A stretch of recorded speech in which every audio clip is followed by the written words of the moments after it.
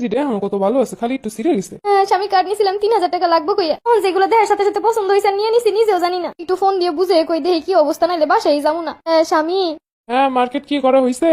मालिक एक थोड़ा सा गलती हो गई। হঠাৎ উর্দু কইতাছ, কি হয়েছে? তোমার যে কার্ডটা দিছিল না, ব্যাংক কার্ড। কি ওইটা কি হারাই ফেলছো? আরে না।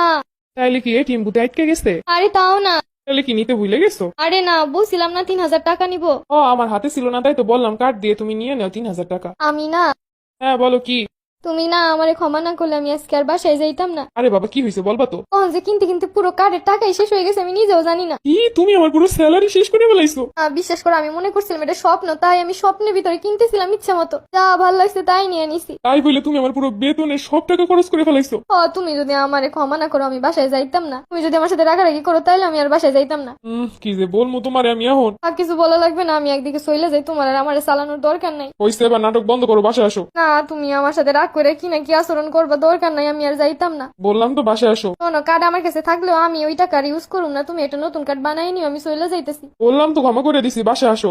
সুন্দর করে রাখো, ভালো করে রাখো, তাইলে আমার বাসায় যাওয়ার সাহস হইতেছে না, কোনোভাবে মিষ্টি ভাবে কো। তুমি এখন এইরকম নাটক করতেছো? নাটক না, আমার আতঙ্ক, আমি বাসায় যাইতে পারুম না, থাক রাখি এখন আমি। আচ্ছা শোনো, আসো, যা হইছে হইছে, হইতেই পারে, স্বাভাবিক, চলে আসো বাসায়। সত্যি সত্যি কইতাছো তো? আরে সত্যি। ওই যে আবার রাগ করে কইতাছো, থাক আমি ভুল করছি, আমি আর বাসায় যাইতাম না। আচ্ছা শোনো, আমি কিছুই বলবো না, তুমি বাসায় আসো। সত্যি সত্যি। সত্যি সত্যি, আমি তোমার ক্ষমা করে দিছি, আসো। কতগুলা মার্কেট করছি, আবার স্বামী ক্ষমা করে দিছে, ভুল করে ভালোই হইলো, জীবনে এমন ভুল হইলে খারাপ হয় না।